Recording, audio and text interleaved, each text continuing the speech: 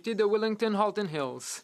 Monsieur le Président, je vais citer l'un des organes de presse les plus crédibles au monde en matière de nouvelles économiques et financières, le Financial Times of London, en date du 10 mai 2024. Le titre: Les nations en panne, comme le Canada, ont une leçon à donner au monde. Le Canada est en tête des pays qui ont subi une forte baisse de leur PIB par habitant. Une question simple. Le gouvernement est-il d'accord pour dire que le Canada est en tête des pays qui ont subi une forte baisse du PIB par habitant?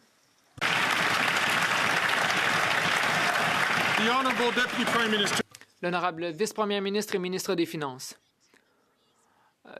Le gouvernement convient que le Canada a été le premier pays du G7 à baisser ses taux d'intérêt. Le Canada a été le premier pays du G7 à baisser les taux d'intérêt pour une deuxième fois. Et le Canada a été le premier pays du G7 à baisser le taux d'intérêt pour une troisième fois.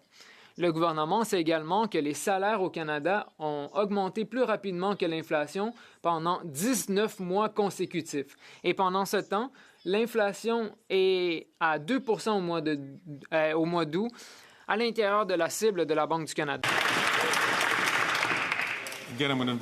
Encore une fois, je rappellerai aux députés de ne pas parler à moins d'avoir été reconnus par la présidence. L'honorable député de Wellington-Halton Hills. Monsieur le Président, la Banque du Canada est la première banque centrale à diminuer les taux d'intérêt parce que le Canada est le premier pays développé à traverser une contraction économique. Encore une fois, le Financial Times, journal pour lequel la ministre a déjà travaillé, a indiqué que le produit intérieur brut par habitant du Canada a diminué de 0,4 % par année depuis 2020, le pire taux parmi les 50 plus grandes économies développées au monde. Le gouvernement est-il d'accord que le PIB par habitant au Canada diminue au pire rythme parmi tous les pays développés? L'honorable vice-premier ministre et ministre des Finances. Monsieur le Président, notre gouvernement sait que ce qui compte pour les Canadiens et les Canadiennes, c'est l'inflation.